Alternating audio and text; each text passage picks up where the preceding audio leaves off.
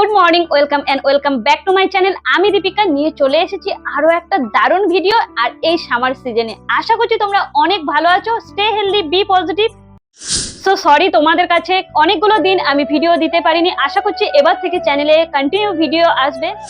আজকের ভিডিওতে শেয়ার করব সামার সিজনে ট্যান রিমুভ হবে, এক্সট্রা অয়েল রিমুভ হবে, আর স্পেশালি হচ্ছে একটা প্লাটিনাম ব্রাইডাল ফেসিয়াল পাবে। এই পুরো প্রসেসটা তোমাদেরকে বলবো সকালে বা সন্ধ্যাবেলা যে কোনো টাইম করতে পারো, বাট আমি বলবো সন্ধ্যাবেলা করলে বেস্ট রেজাল্ট পাবে। কারণ ফুল রাতে আমাদের স্কিনটা অনেক বেশি রেস্ট পাবে এবং সেখান থেকে কিন্তু স্কিনটা গ্লো করতে বা স্কিনের একটা সময় নেবে, যেখান থেকে কিন্তু প্রসেসগুলো হতে বা স্কিনটা গ্লোয়িং করতে অনেক বেশি পারফেক্ট একটা সময় পাবে। এবার তোমরা তোমাদের উপরে, এটা বাচ্চা বড় সবাই ইউজ করতে পারো, কোনো রকম সাইড এফেক্ট নেই।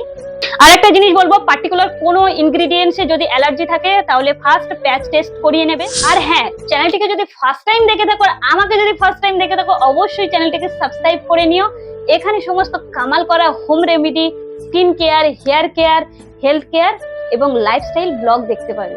যেসব টপিক্যাল অ্যাপ্লিকেশন গুলো দেখাই বা আমি করি ফেসের মধ্যে, তার 20 থেকে 30% কিন্তু রেজাল্ট দেয়, আর 70 থেকে 80% কিন্তু আমাদের internal diet, lifestyle, body hydrating, stress এগুলোর উপর কিন্তু ডিপেন্ড করে। তাই প্রতিদিনের খাদ্য খাবার, stress free life, body hydrating, জল খাওয়া বেশি পরিমাণে, এগুলোর উপর কিন্তু নজর দেওয়া খুব গুরুত্বপূর্ণ।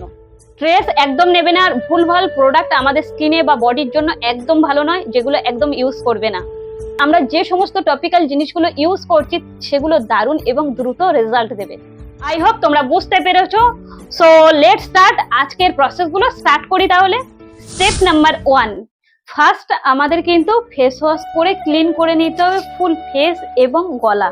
যদি তুমি মেকআপ করে থাকো তাহলে অয়েল দিয়ে কিন্তু মুখটা ফার্স্ট ক্লিন করে নিতে হবে, দেন ফেস ওয়াশ করতে হবে, মানে দুবার ক্লিন করতে হবে। এই ক্লিন করাটা কিন্তু খুব ইম্পর্টেন্ট আছে। ক্লিন ছাড়া কিন্তু কোনো রকম ফেসিয়ালের স্টেপ স্টার্টই করবে না। যদি আমরা মেকআপ করে না থাকি তাহলে কিন্তু তাও একবার হলে ফেস ওয়াশ করে নেব।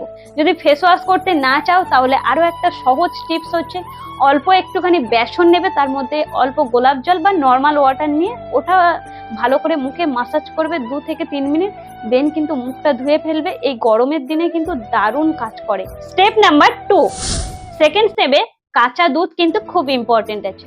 1.5 থেকে 2 চামচ মুলতানি মাটি নেবে, তার মধ্যে পরিমাণ মতন কাঁচা দুধ নেবে। আর যদি তোমার স্কিন ড্রাই হয় তাহলে কিন্তু অল্প একটুখানি মধু মিশিয়ে নেবে, একদম ম্যাজিকের মতন রেজাল্ট দেবে। এই 3টে ইনগ্রিডিয়েন্টস ভালো করে মিশিয়ে নেবে। ড্রাই স্কিন না হলে মধু বাদ দাও, কোনো সমস্যা নেই। কাঁচা দুধ আর মুলতানি মাটি ভালো করে মুখে মাসাজ করে করে লাগাবে প্রতিটা জায়গায়, একটাও পজিশন যেন না ফাঁক থাকে। তবে চোখের এই সাইডগুলো, এই জায়গাগুলো কিন্তু বাদ রাখবে। এই জায়গাগুলো এখানে এখানে সুন্দর করে কিন্তু মাসাজ করে করে ব্যবহার করবে। যখন দেখবে হালকা হালকা ড্রাই হয়ে আসছে, মানে এই সিচুয়েশনগুলো, আস্তে আস্তে কিন্তু হালকা একটা টাওয়াল এরম ভাবে ভেজাবে, দেন মুখের মধ্যে দিয়ে কিন্তু ক্লিন করে নেবে।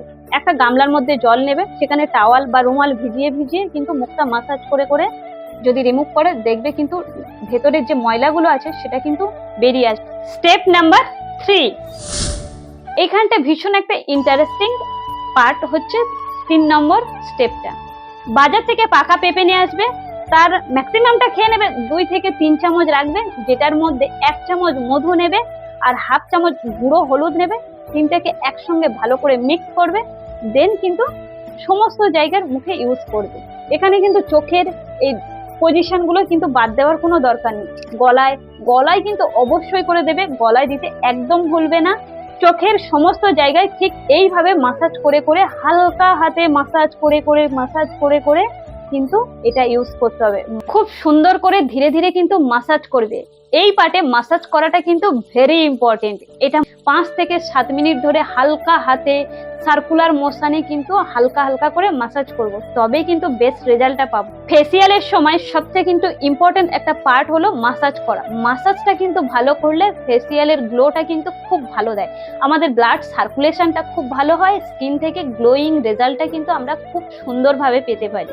নর্মাল ওয়াটার দিয়ে মুখটা ভালো করে ধুয়ে নেবে, দেন টাওয়াল দিয়ে মুছে। স্টেপ নাম্বার 4, এখানে 2টো মাত্র ইনগ্রিডিয়েন্টস লাগবে।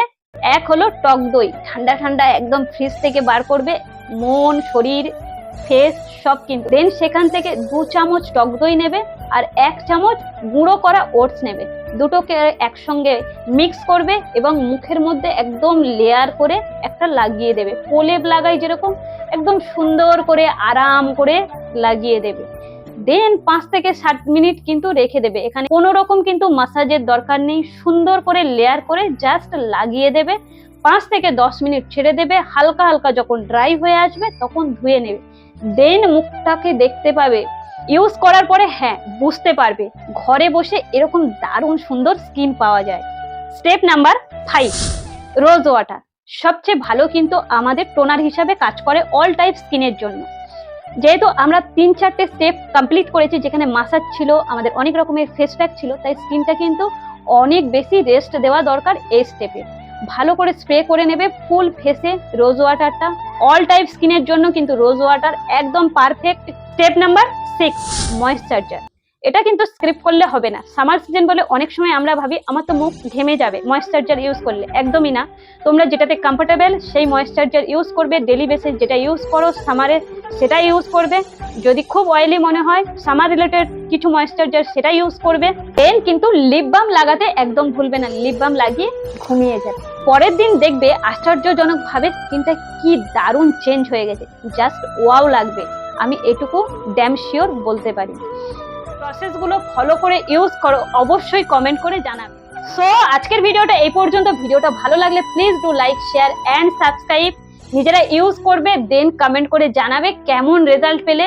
সো সবাই খুব ভালো থেকো, সুস্থ থেকো। Thanks for watching.